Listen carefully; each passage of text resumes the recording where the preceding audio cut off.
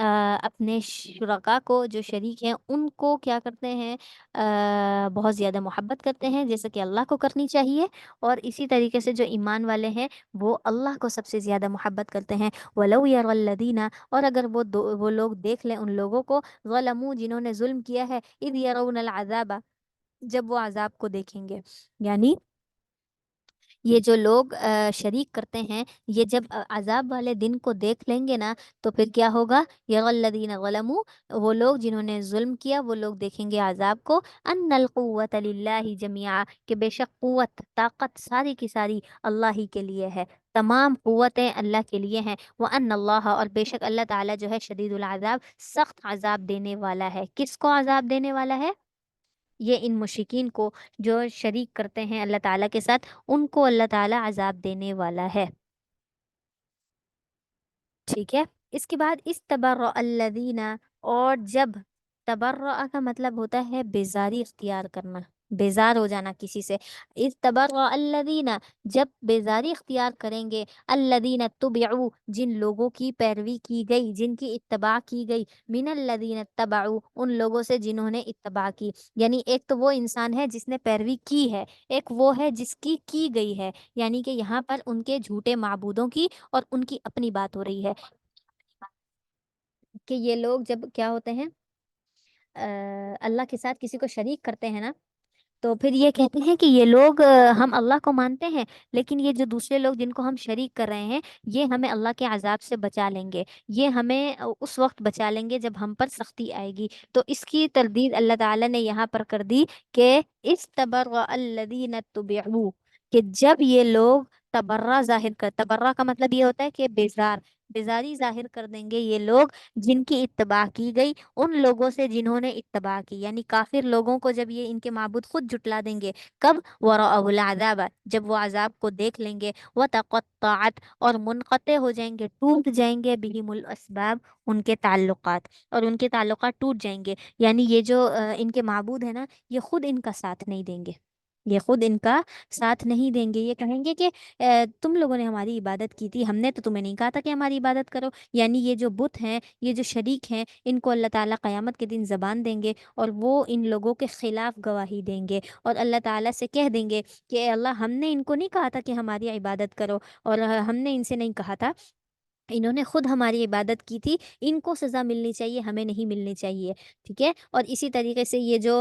ہمارے ہاں بہت زیادہ، اللہ اللہ بچائے اس چیز سے، یہ بھی ایک شرک کرنا ہوا، جو مزاروں پر جاتے ہیں اور ان سے مدد مانگتے ہیں اور ان کے سامنے سجدہ کرتے ہیں، یہ سب کا سب شرک ہے، اور جب یہ قیامت کے دن یہ مردے کھڑے ہوں گے نا قبر سے، تو یہ قبر والے بھی کہیں گے کہ اے اللہ، ہم تو وہاں پر صرف دفن تھے، ہم تو ہل نہیں سکتے تھے، ہم بول نہیں سکتے تھے، ہم نے ان کو نہیں کہا تھا کہ ہمارے پاس آؤ، ہماری قبروں پر سجدہ کرو، یا ہم سے مدد مانگو، ہم تو خود بے یار و مددگار یہاں پڑے ہوئے تھے قبر کے اندر، انہوں نے ہماری اتباع کی تھی، یہ ہمارے پیچھے پیچھے آ رہے تھے، آپ ان کو سزا دیں، ہمیں سزا نہ دیں، ٹھیک ہے۔ اور اس وقت وہ خود جو انسان جس نے یہ عمل کیا ہوگا، شریک کیا ہوگا کسی دوسرے کو، تو وہ اس وقت پچھتائے گا کہ ہائے کاش، یہ میں نے کیا کر دیا، میں تو جس کے لیے دنیا میں مرا جا رہا تھا، اس کو سجدہ کر رہا تھا، آج اسی نے کیا کر دیا، میرے سجدوں کا انکار کر دیا۔ وَتَقَطَّعَتْ بِهِمُ الْأَسْبَابُ، اور ان کے جو تعلقات ہیں، کون سے تعلقات، یہی دنیا میں جو ان کے تعلقات، سجدہ کرنے والے، عبادت کرنے والے، یہ ختم ہو جائیں گے۔ وَقَالَ الَّذِينَ، اور کہیں گے وہ لوگ، اتبعوا، جنہوں نے پیروی کی، اتبعوا جنہوں نے پیروی کی، یعنی کہ وہ لوگ، لو ان لنا کرہ، اگر ہمارے لیے ہو جائے، کرہ کا مطلب ہوتا ہے دوبارہ کرنا، کوئی کام دوبارہ دوبارہ کرنا، تو لو ان لنا کرہ، اگر ہمارے لیے دوبارہ ہو جائے، کیا ہو جائے دوبارہ، دنیا میں جانا دوبارہ ہو جائے، تو فنتبرأ منہم، تو ہم ان سے بیزاری اختیار کریں گے، یعنی جن کی ہم پہلے عبادت کر کے آئے ہیں نا، انہوں نے اب یہاں پر آ کر ہمیں صلہ دے دیا، ہماری عبادت کا انکار کر دیا، اب جب ہم دوبارہ دنیا میں جائیں گے نا، تو ہم ان کا انکار کر دیں گے، ہم ان کو خدا مانیں گے ہی نہیں، کما تبرؤ منا، کیسے ان کو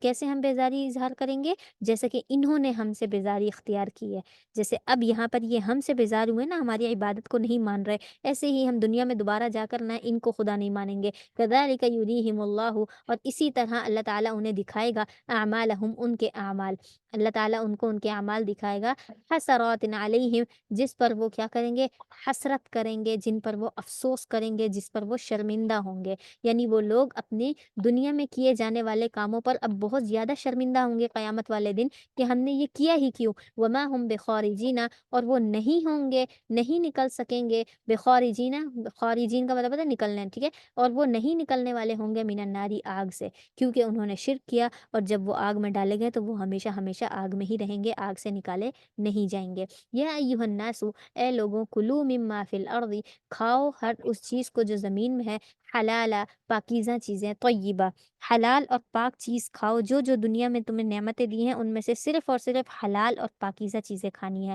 ولا تتبعوا خطوات الشیطان، ولا تتبعوا، اور تم اتباع مت کرو، خطوات الشیطان، شیطان کے نقش قدم پر. قدم، خطوات کہتے ہیں علامات کو، نشانیوں کو، یعنی یہ کہ کسی کے قدم کے نشانات، ٹھیک ہے. اسی لیے اللہ تعالیٰ نے فرمایا کہ تم کیا کرنا، شیطان کی خطوات یعنی شیطان کے نقش قدم پر نہ چلنا. انہ لکم عدو مبین، وہ تو تمہارا کیا ہے، بہت بڑا دشمن ہے، واضح دشمن ہے. وہ کیوں دشمن ہے؟ اس لیے کہ انما یأمرکم، وہ تمہیں حکم دیتا ہے، بالسوء، برائی کا، والفحشاء، اور بے حیائی کا، وہ تمہیں برائی اور بے حیائی کا حکم دیتا ہے. وان تقولوا، اور اگر تم کہو ایسی بات، علی اللہ، اللہ کے بارے میں، ما لا تعلمون، جو تم نہیں جانتے، یعنی وہ شیطان تم سے اللہ کے بارے میں ایسی بات کہلوائے گا، ٹھیک ہے، جو تم نہیں جانتے. جو تم نہیں جانتے کا کیا مطلب ہے؟ تمہیں لگتا ہے کہ یہ شیطان تمہیں چھوٹے چھوٹے معاملات میں جو ہے گمراہ کرتا ہے، چھوٹی چھوٹی نافرمانیاں کرواتا ہے، تو ایسا نہیں ہے. یہ چھوٹی چھوٹی نافرمانیاں کرواتے کرواتے تمہیں کفر تک لے کر جائے گا، اور تم سے اللہ تعالیٰ کے بارے میں ایسی ایسی باتیں کروائے گا کہ تم خود کیا ہو جاؤ گے، کافر ہو کر مرو گے. تو اسی لیے تم نے کیا کرنی ہے، اس کی اتباع نہیں کرنی. وَإِذَا قِيلَ لَهُمْ، اور جب ان سے کہا جاتا ہے، اتبعوا ما انزل اللہ، اس چیز کی اتباع کرو جو اللہ نے تم پر نازل کیا ہے. قالوا، تو وہ کہتے ہیں، بل نتبع، بلکہ ہم تو اتباع کریں گے کس چیز کی، ما الفینا، جو ہم نے پایا ہے، جو ہم نے پایا ہے، علیہ آباءنا، جن پر اپنے باپ داداؤں کو، یعنی ہمارے باپ ہمارے دادا جس چیز پر تھے، جس دین پر تھے، ہم صرف اور صرف اسی کو مانیں گے، ہم تو اسی کی اتباع کریں گے، آپ کی اتباع نہیں کریں گے. یہ ان مشرکین کے بارے میں ہے کہ جب بھی ان سے کہا جاتا تھا کہ ایمان لے کر آؤ، تو وہ کہتے تھے کہ ہم تو آپ پر کیوں ایمان لے کر آئیں، اگر ہمارے تو باپ دادا جو کام کرتے تھے نا، ہم نے وہی کرنا ہے. اگر وہ غلط ہوتے تو پھر وہ یہ کام کرتے ہی کیوں، ٹھیک ہے، اگر وہ غلط ہوتے تو وہ یہ کام کرتے ہی کیوں، اس کا مطلب وہ صحیح تھے. اولو کان آباؤہم، کیا حالانکہ کان آباؤہم، ان کے جو باپ دادا ہیں، ان کے جو بڑے ہیں، لا یعقلون شیئا، وہ عقل نہیں رکھتے تھے کچھ بھی، یعنی ان کو کچھ سمجھ نہیں تھی کہ حقیقت بات کیا ہے، ایمان کیا ہے، توحید کیا ہے. ولا یہتدون، اور نہ ہی وہ ہدایت پر ہے. یعنی وہ لوگ تو خود ہدایت پر نہیں تھے، ان کے باپ دادا، اور یہ کہتے ہیں ہم اپنے باپ دادا کی بات مانیں گے. ومثل الذین کفروا، اور مثال ہے ان لوگوں کی جنہوں نے کفر کیا. اب اللہ تعالیٰ ان کافر لوگوں کی جو کہہ رہے ہم باپ داداؤں کی بات کو مانتے ہیں، ان کی مثال بیان کر رہے ہیں. اور مثال ہے ان لوگوں کی جنہوں نے کفر کیا. کمثل الذین کفروا، جیسے کہ مثال ہے اس شخص کی جس نے ینعقو، جو پکارے، بما لا یسمعو، کسی ایسے انسان کو، لا یسمعو، جو نہیں سنتا، الا دعاء و نداء، سوائے یہ کہ دعا کا مطلب ہوتا ہے پکارنے کو، و نداء کا مطلب ہوتا ہے چلانے کو. کوئی زور زور سے کسی کو پکارے، کوئی زور زور سے کسی کو چلا چلا کر آوازیں دے، ایسے شخص کو پکارنا ایسا ہی ہے جیسے کہ ان کافروں کی مثال ہے. مطلب یہ ہے کہ یہ لوگ کیا کر رہے ہیں، بتوں کو جو بلا رہے ہیں، ان کو دعوت دے رہے ہیں توحید کی، اور ان کی جو عبادت کر رہے ہیں اور ان سے جو مدد مانگ رہے ہیں، یہ سب کچھ یہ ایسا ہی ہے جیسے کسی گونگے بہرے کے سامنے بیٹھ کر جو سن ہی نہ سکتا ہو، اس کے سامنے چیخنا پڑتا ہو بار بار. ایسا ہے یہ بت، اور یہ ان بتوں کے پیچھے پڑے ہوئے ہیں. سمن، یہ بہرے ہیں، بکمن، گونگے ہیں، عمیون، اندھے ہیں، فہم لا یعقلون، پس وہ نہیں سمجھتے. یہ ان بتوں کی بات ہو رہی ہے. یہ کافر لوگ ایسے ہیں کہ ان کے سامنے زور زور سے چیخ چیخ کر بھی بولا جائے کہ توحید لاؤ، توحید پر ایمان لاؤ، رسالت کو سمجھو، تب بھی یہ لوگ نہیں سمجھنے والے، ٹھیک ہے. فہم لا یعقلون، یہ سمجھنے والے نہیں ہیں. یا ایھا الذین آمنوا، اے ایمان والو، کلوا من طیبات، کھاؤ تم پاکیزہ چیزوں میں سے، ما رزقناکم، جو ہم نے تم کو رزق دیا ہے، واشکروا للہ، اور اللہ کے لیے ہی شکر ادا کرو، یعنی اللہ کا شکر ادا کرو، ان کنتم ایاہ تعبدون، اگر تم اسی کی عبادت کرتے ہو. یہاں پر واضح طور پر کہہ دیا اگر تم اللہ کو مانتے ہو، اللہ کی ہی صرف صرف صرف صرف اللہ کی عبادت کرتے ہو تو تم اس کا شکر ادا کرو اور پاکیزہ چیزیں کھاؤ۔ انما حرم علیکم المیتہ، یہاں پر اللہ تعالیٰ نے مومنین پر جو جو چیزیں حرام کر دی ہیں نا اس کا ذکر کیا ہے۔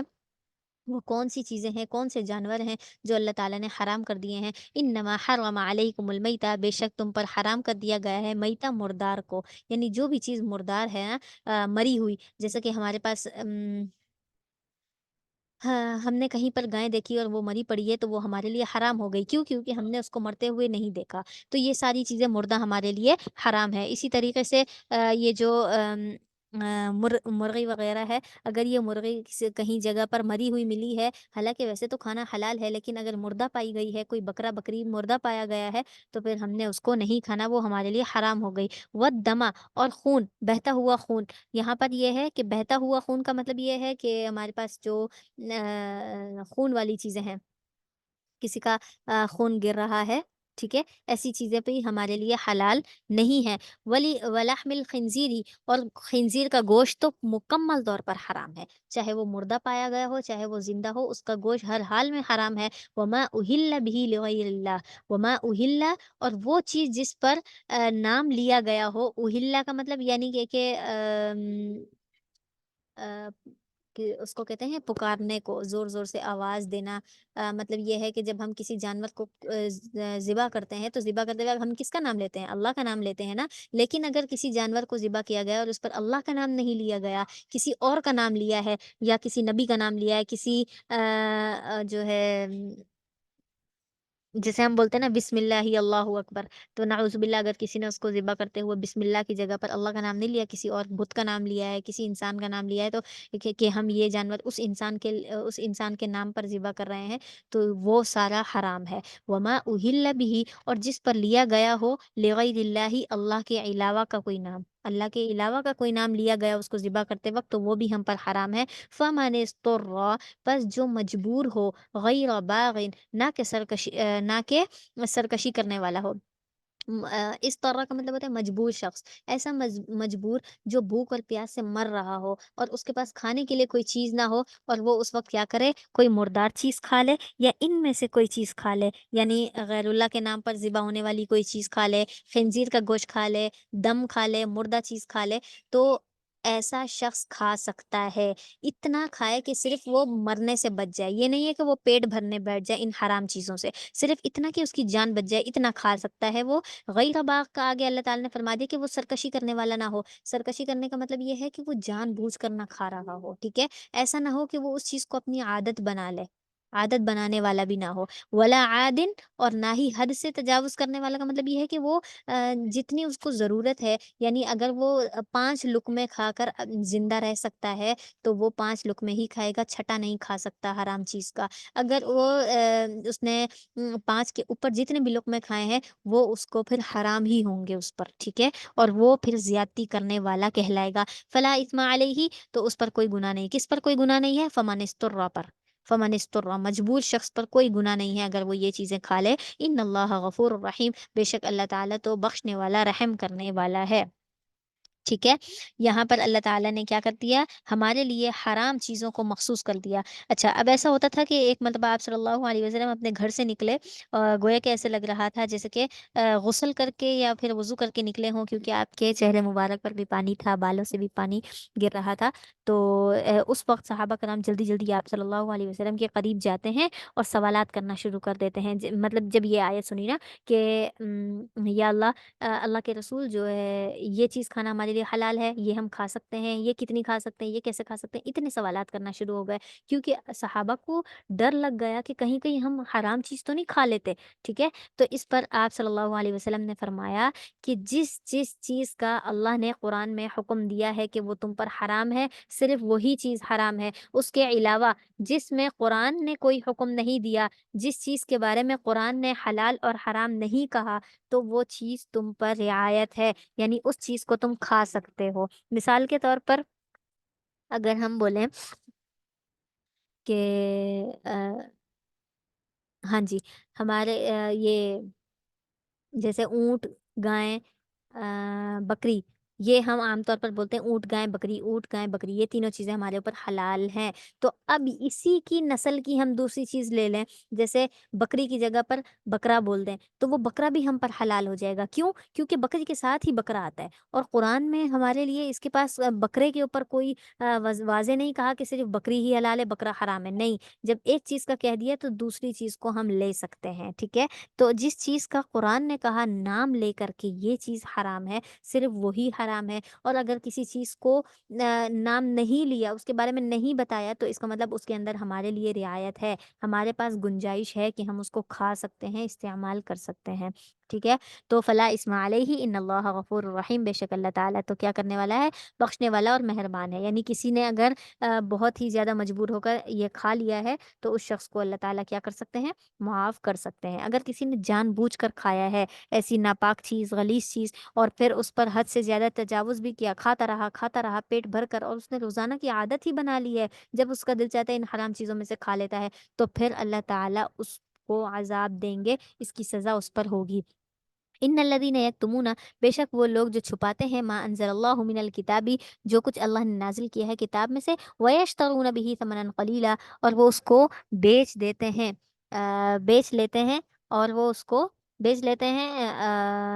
کس پہ، ثمنا قلیلا، تھوڑی سی قیمت کے بدلے میں، ٹھیک ہے؟ معمولی سی قیمت لے کر اللہ تعالیٰ کے احکامات کو بیچ دیتے ہیں۔ اولئک ما یاکلون، یہی وہ لوگ ہیں، ما یاکلون، جو نہیں کھاتے، فی بطونہم، اپنے پیٹوں میں، یعنی اپنے پیٹوں میں نہیں ڈال رہے، الا النار، سوائے آگ کے، یعنی یہ جو اللہ کی آیات بیچ بیچ کر جو یہ قیمت کھا رہے ہیں نا، یہ قیمت ایسی ہے جیسے کہ وہ اپنے پیٹ میں آگ بھر رہے ہوں۔ ولا یکلمہم اللہ، اور اللہ تعالیٰ ان سے کلام نہیں کرے گا، ان سے بات نہیں کرے گا، یوم القیامت، قیامت کے دن، ولا یزکیہم، اور نہ ہی ان کو پاک کرے گا، ولہم عذاب علیم، اور ان کے لیے دردناک عذاب بھی ہوگا۔ جو کیا کرتے ہیں، قرآن کی آیات کو ایک تو چھپاتے ہیں، دوسرا یہ کہ اگر نہیں بھی چھپاتے تو پھر قرآن کی آیات کو بیچ دیتے ہیں۔ بیچ دینے کا مطلب یہ ہے کہ سامنے والا قرآن کی آیت کی کوئی قیمت دے رہا ہے، اور وہ لوگ اس قیمت کے بدلے میں اس کے لیے قرآن کے حکم کو تبدیل کر دیتے ہیں۔ اولئک الذین اشتروا الضلالہ، یہی وہ لوگ ہیں جو گمراہی کو خرید لیتے ہیں،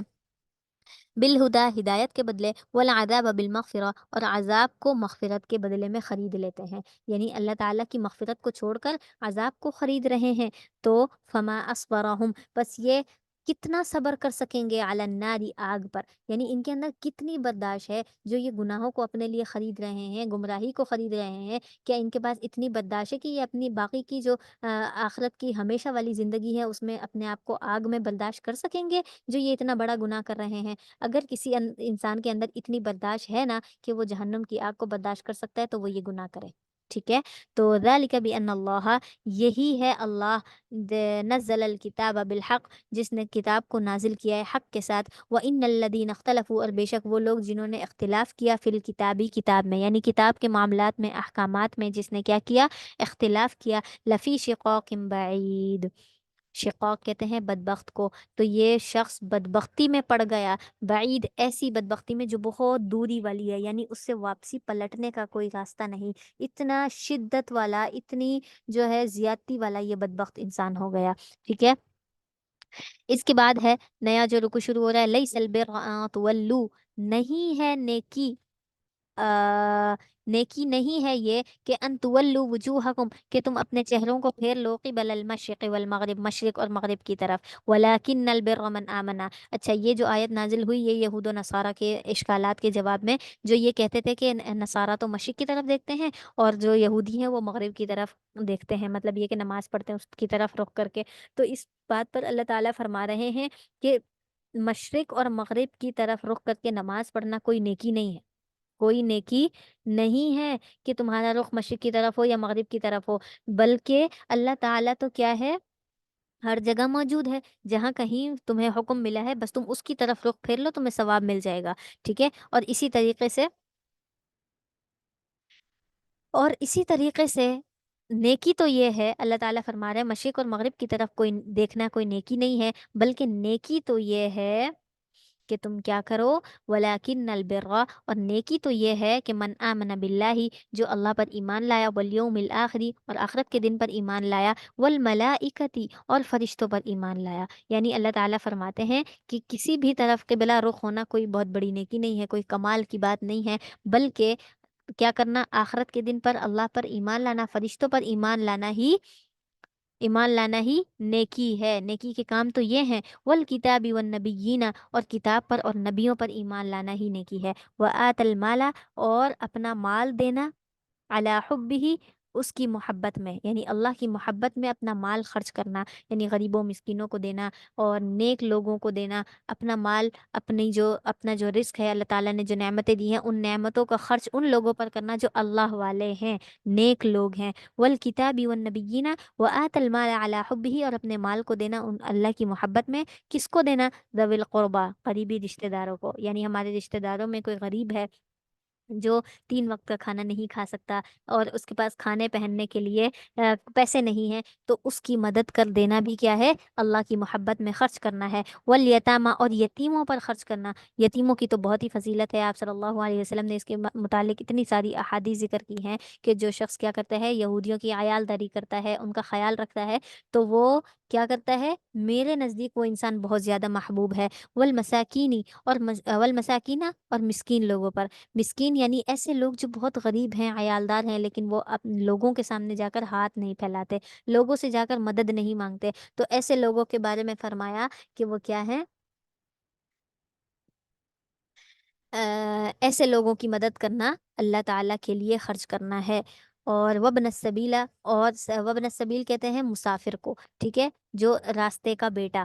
ابن کہتے ہیں بیٹے کو، سبیل کہتے ہیں راستے کو، راستے کا بیٹا. راستے کا بیٹا مطلب مسافر، ایسا شخص جو دور دراز ہو، اپنے گھر سے بہت دور ہو، اور اس کو کسی نے لوٹ لیا ہو راستے میں، یا پھر یہ ہے کہ اس کے پاس جو رقم تھی وہ ساری کی ساری ختم ہو گئی، اب وہ گھر نہیں پہنچ سکتا. تو ایسے شخص پر خرچ کرنا، اس کو اتنے پیسے دے دینا کہ وہ خیریت سے گھر پہنچ جائے، تو یہ اللہ کی راہ میں خرچ کرنا ہے. والسائلین، اور مانگنے والوں کو، جو بھی اللہ کے لیے مانگتا ہے آپ سے، تو آپ نے اس کو قیمت دینی ہے، تو اس کو بھی اللہ کی راہ میں خرچ کرنا کہتے ہیں. وابن السبیلی والسائلین وفی الرقاب. وفی الرقاب، رقاب کہتے ہیں گردن کو، گردنوں کو چھڑانے کے لیے جو رقم خرچ ہوتی ہے، یعنی جو قیدی لوگ ہیں نا، قیدی کو اگر چھڑا لیا جائے، آپ کو پتہ ہے وہ قیدی ناحق جو ہے قید ہوا ہے، اس سے کوئی غلطی نہیں ہوئی، اس کی کوئی سزا نہیں ہے، پھر بھی اس کو قید کیا گیا ہے، تو آپ نے اس کو چھڑانے کے لیے جو قیمت خرچ کی ہے، اس کو آزاد کرنے کے لیے، وہ بھی اللہ کی راہ میں خرچ کرنا ہے. وَأَقَامَ الصَّلَاةَ، اور نماز کو قائم کرے، وَآتَ الزَّكَاةَ، اور زکوٰۃ کو ادا کرے. وَالْمُوفُونَ بِعَهْدِهِمْ، اور موفون کہتے ہیں پورا کرے، بعہدہم، اپنے عہد کو، اذا عاہدوا، جب وہ عہد کرے، یعنی جب وہ کسی سے کسی چیز کا وعدہ کر لینا تو اس وعدے کو پورا کرے.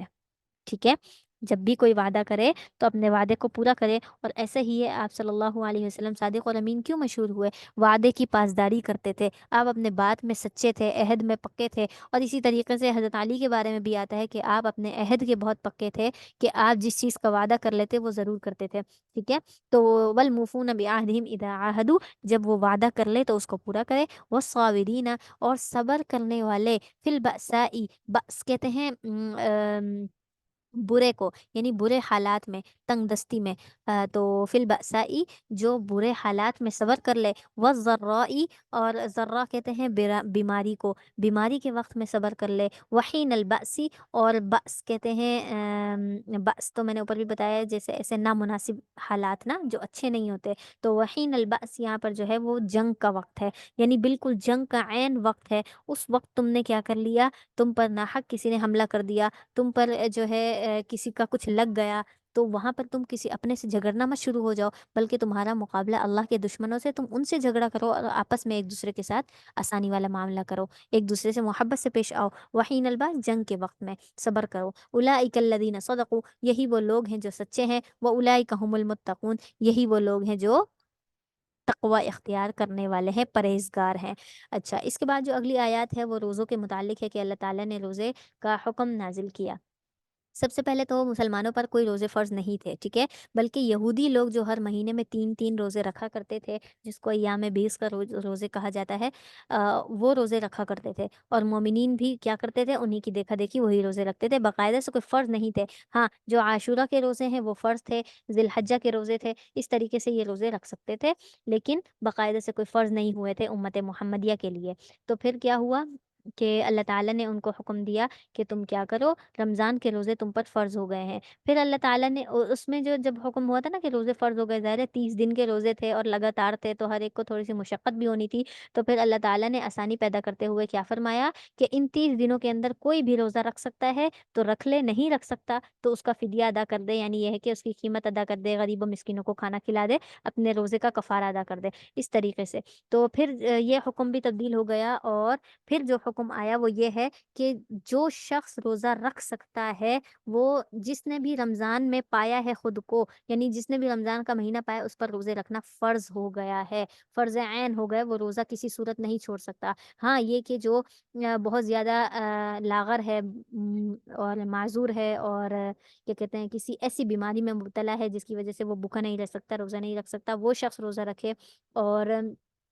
وہ شخص روزہ نہ رکھے۔ اور اسی طریقے سے جو مسافر ہے، اگر اس کو لگتا ہے سفر بہت لمبا ہے، میں روزہ نہیں رکھ سکوں گا، تو وہ روزہ نہ رکھے۔ اسی طریقے سے ایسی عورت جس کا چھوٹا سا معصوم بچہ ہو، اور وہ خود بھی اس کو خوف ہو کہ اگر میں نے روزہ رکھا تو بچے کی صحت پر اثر پڑے گا، یعنی بچے کی جان کا خطرہ ہے کہ میں اس کو صحیح سے دودھ نہیں پلا سکوں گی اور بچہ معذور ہو جائے گا، خدا نخواستہ ایسا کوئی مسئلہ ہے، تو وہ عورت بھی روزہ نہ رکھے، ٹھیک ہے؟ اور ایسی کوئی عورت جو حاملہ ہے، ٹھیک ہے، اور اگر اس کو خوف ہو کہ اگر میں نے روزہ رکھا تو پھر میرا حمل جو ہے ساقط ہو جائے گا، یا پھر یہ ہے کہ میری جان چلی جائے گی، تو ایسی صورت میں وہ عورت بھی روزہ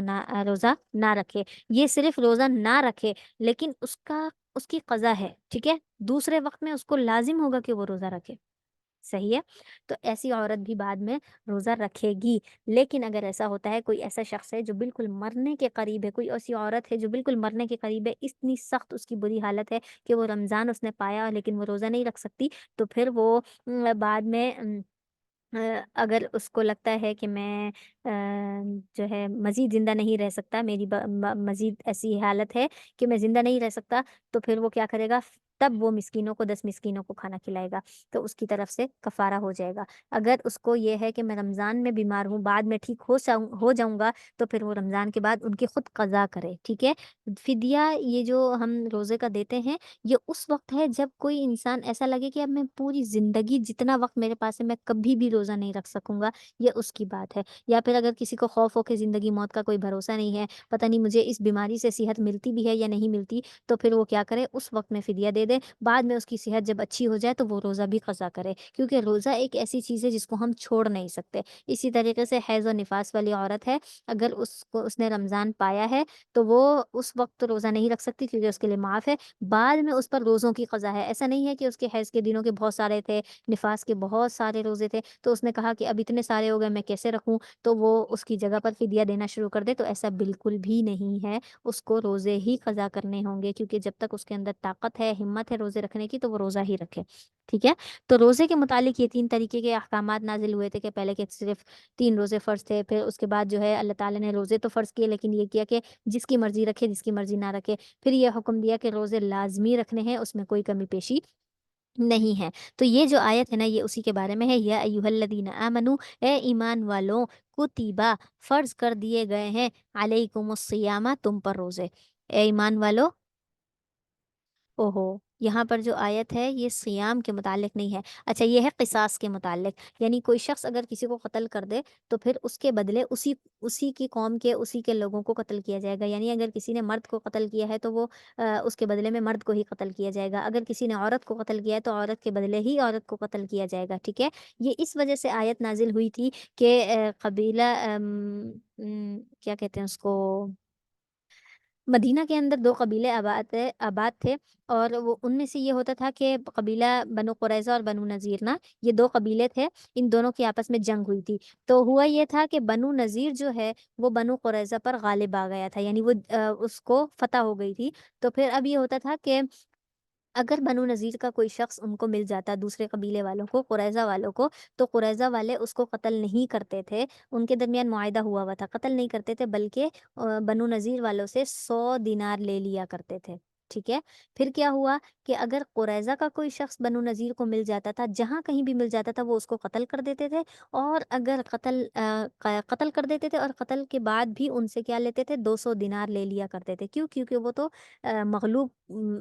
فرقہ تھا نا، اس وجہ سے جو جیتے ہوئے لوگ تھے، جو فتح والے تھے، وہ کیا کرتے تھے، ایک تو ان کا شخص بھی قتل نہیں ہوتا تھا اور ان سے دیت بھی جو ہے کم لیا کرتے تھے۔ تو اس وجہ سے اللہ تعالیٰ نے یہ آیت نازل کی کہ یہ کوئی طریقہ نہیں ہے، کیونکہ اس کے اندر تو انصاف نہیں ہے نا، ایک تو آپ کا بندہ بھی آپ کو واپس مل رہا ہے، اور دوسرا جن کو آپ قتل بھی کر رہے ہو اور ان سے قیمت بھی آپ زیادہ لے رہے ہو، تو اللہ تعالیٰ نے انصاف والا معاملہ کیا، یا ایھا الذین آمنوا کتب علیکم القصاص، تم پر قصاص لازم کر دیا گیا ہے، فی القتل، قتل کے معاملے میں، ٹھیک ہے۔ یعنی کس طریقے کا قیاس ہوگا، الحر بالحر، آزاد کے بدلے آزاد کو قتل کیا جائے گا، والعبد بالعبد، عبد یعنی کہ غلام کے بدلے غلام کو قتل کیا جائے گا، والانثى بالانثى، اور مؤنث یعنی عورت کے بدلے میں عورت کو قتل کیا جائے گا، فمن عفی لہ، پس جو معاف کر دے، من اخیہ اپنے بھائی کو، شیئن کچھ بھی، یعنی اپنے بھائی کی طرف سے کچھ بھی معاف کر دے، تو فاتباع بالمعروف، تو اس کو چاہیے کہ وہ اتباع کرے، بالمعروف ہی، اچھی چیز کی، اچھی بات پر کوئی عمل کرے، وَأَدَاءٌ إِلَيْهِ بِإِحْسَان، ادا اور ادائیگی کرے، الیہ اس کی طرف، بِإِحْسان اچھے طریقے سے۔ کیا مطلب ہے؟ مطلب یہ ہے کہ اگر آپ نے کسی آزاد شخص کو قتل پایا ہے، پھر آپ اسی کے قبیلے سے کیا کریں گے، جنہوں نے قتل کیا اس کے قبیلے سے ایک شخص کو قتل کر دیں گے، اگر عورت کو قتل پایا تو عورت کو قتل کر دیں گے، عدلے کا بدلہ۔ لیکن اگر ایسا ہے کہ آپ چاہتے ہیں کہ آپ بدلے میں قتل نہ کریں، آپ ان سے قاتل نہیں بننا چاہ رہے، آپ اس کے بدلے میں قصاص نہیں لینا چاہ رہے، تو آپ کیا کرو گے، اس کے بدلے میں قیمت لوگے۔ تو اللہ تعالیٰ نے فرمایا یہی کہ فاتباع بالمعروف، اگر تم اپنے بھائی کو معاف کرنا چاہتے ہو تو تم اچھائی والا معاملہ کرنا، وہ کس طریقے سے، کہ تم اس سے قیمت لے لو، اور جو قیمت دے رہے ہیں نا، وہ کیا کریں، ان کے ساتھ احسان کا معاملہ کریں، اچھی قیمت دیں ان کو، جو دیت کی صحیح اور درست قیمت ہے نا وہی دیں، نہ کہ اس کے اندر کمی پیشی کریں، ٹھیک ہے۔ ذالک تخفیف من ربکم، یہ تخفیف ہے، آسانی ہے تمہارے لیے تمہارے رب کی طرف سے، ورحمہ، اور رحمت ہے، یعنی یہ ہے کہ اگر عدلے کا بدلہ قتل نہیں ہے تو پھر اس صورت میں تم کیا کرو، دیت لے لو ان سے، اور اس طریقے سے معاملے کو رفع دفع کرو، اور یہ جو اللہ تعالیٰ نے معاملہ کیا ہے نا معاف کرنے والا، یہ تمہارے لیے رحمت کا معاملہ کیا ہے، آسانی والا معاملہ کیا ہے، فمن اعتدى، بس جو زیادتی کرے بعد ذالک، اس کے بعد بھی، مطلب یہ ہے کہ جس ایک شخص کو قتل پایا، پھر جس نے ان کو قتل کیا انہی میں سے کسی ایک کو قتل کر دیا بدلے میں، پھر وہ لوگ اٹھے، پھر انہوں نے دوبارہ سے ان کو قتل کر دیا، تو یہ قتل کا سلسلہ جو آتا ادھر ادھر ہو رہا ہے، پلٹ رہا ہے، تو اس کے بارے میں فرمایا اگر تم نے حد سے زیادتی کی، مطلب یہ ہے کہ اس زیادتی ایک یہ بھی ہے کہ تم دوبارہ سے قتل والے معاملے کو پہنچ جاؤ، یا پھر یہ ہے کہ اگر کسی نے مثال کے طور پر جو پہلا قتل ہوا ہے اس کے اندر صرف ایک گولی ماری اور وہ مر گیا، ٹھیک ہے، دوسرے والوں نے کیا کیا، بدلہ لیتے وقت ایک گولی نہیں ماری، 2 گولیاں مار دی، ٹھیک ہے، تو یہ زیادتی ہے۔ اگر کسی نے اسی طریقے سے عام معاملات میں بھی اگر مار والا معاملہ ہے، صرف مارا ہے، زبانی ہاتھوں سے مارا ہے، جان سے نہیں مارا، تو اس کے اندر بھی اگر کسی نے ایک تھپڑ مارا ہے تو بدلے میں اس کو ایک تھپڑ ہی مارا جائے گا، نہ کہ اس میں جو ہے کیا کہتے ہیں 2 تھپڑ مارے جائیں، زیادہ مارے جائیں، یا پھر یہ ہے کہ اگر تھپڑ مارا بھی ہے تو جتنی مقدار میں اس نے مارا ہے، مطلب یہ کہ ہلکا درمیانہ تھپڑ مارا ہے تو آپ نے بھی درمیانہ مارنا ہے، یہ نہیں کہ پلٹتے وقت جب آپ اسے بدل لے رہے ہیں تو اور زیادہ زور سے مار دیں، تو یہ بھی زیادتی ہے۔ تو فمن اعتدى بعد ذلك، جو بھی اس کے بعد اعتداء یعنی زیادتی کرے گا، فلہ عذاب علیم، اس کے لیے کیا ہے، دردناک عذاب ہے، اللہ تعالیٰ اس کو کیا کریں گے، دردناک عذاب دیں گے، وَلَكُمْ فِي الْقِصَاصِ، اور تمہارے لیے قصاص ہے، حیا زندگی، قصاص میں تمہارے لیے زندگی ہے۔ آپ دیکھیں اگر جس معاشرے میں یہ معاملہ ہوتا ہے نا کہ قتل کے بدلے قتل، تو اس میں زندگی پائی جاتی ہے، کیسی زندگی، بھئی ہم نے تو مار دیا، پھر کیسی زندگی ہے، تو زندگی یہ ہے کہ جب ہر ایک انسان کو پتا ہوگا میں نے اگر کسی کو قتل کیا تو مجھے بھی بدلے میں قتل کیا جائے گا، تو وہ ڈر کر کبھی بھی کسی انسان کو قتل نہیں کرے گا۔ جب سے ہمارے اسلامی ممالک میں یہ والا دستور ختم ہو گیا ہے، قصاص کا معاملہ ختم ہو گیا، قتل کے بدلے قتل کا، حکومت نے اس چیز پر انصاف لینا بند کر دیا ہے، تب سے آپ دیکھیں کہ کتنے قتل ہو رہے ہیں روزانہ، کتنی جانیں جاتی ہیں، کیوں؟ کیونکہ انہیں پتہ ہے ہم کسی کو بھی مار دیں گے راہ چلتے کو، کسی کی جان لے لیں گے، کسی گھر میں جا کر اس کو مار دیں گے تو بدلے میں کون ہمیں ڈھونڈے گا، کون ہمیں مارے گا؟ تو اسی وجہ سے یہ زندگیاں خراب ہو رہی ہیں، جبکہ اللہ تعالیٰ نے فرمایا تم ایک مرتبہ یہ قصاص والا معاملہ کر کے تو دیکھو، کسی جگہ پر یہ والا جو یہ حد جاری کر کے تو دیکھو، بدلے میں اس کو قتل کر کے تو دیکھو، تیسری مرتبہ کوئی شخص اٹھے گا نہیں، کسی میں ہمت نہیں ہوگی قتل کرنے کی، کیوں؟ کیونکہ اسے پتہ ہے کہ بدلے میں مجھے بھی قتل کیا جائے گا، اور کوئی شخص اپنے آپ کو اس طریقے سے مروانا نہیں چاہے گا، اور اسی سے ہی امن پھیلے گا معاشرے میں، ٹھیک ہے؟ وَلَكُمْ فِي الْقِصَاصِ حَيَاةٌ، اور تمہارے لیے قصاص میں زندگی ہے، یا اولی الالباب، اے عقل والوں، اللہ تعالیٰ نے کیا کہا؟ اے عقل والوں، یعنی جس کے اندر عقل ہوگی نا وہ یہ بات سمجھے گا، جس کے اندر عقل نہیں، جو بے وقوف لوگ ہیں، سفہا ہے، وہ کیا کریں گے؟ وہ اسی طریقے سے زیادتی میں رہیں گے، لعلکم تتقون، تاکہ تم بچ جاؤ۔ اللہ تعالیٰ کیا کہہ رہے ہیں؟ تم بچ جاؤ، تم عقل والے ہو، عقل استعمال کرو، اور یہ قصاص والا معاملہ رائج کرو اپنے معاشرے میں، اور اسی طریقے سے تمہاری زندگیاں بھی بچیں گی، تم خود بھی محفوظ ہو جاؤ گے، ٹھیک ہے؟ میرا خیال ہے یہیں روک دیتے ہیں، آگے کے جو مسائل ہیں وہ وراثت کے متعلق ہیں، وصیت کے متعلق ہیں، جب کسی شخص کو موت آئے تو وہ کیا معاملات ہیں، ان کے ساتھ کیا کرے، ٹھیک ہے؟ یہ تفصیل طلب ہے، انشاءاللہ پھر یہ ہم کل دیکھیں گے۔ امید ہے یہاں تک آپ لوگوں کو سمجھ آ گیا ہوگا۔ جی بہت ہی آج سبحانک اللہم و بحمدک، نشہد ان لا الہ الا انت، نستغفرک و نتوب الیک۔ السلام علیکم ورحمۃ اللہ وبرکاتہ۔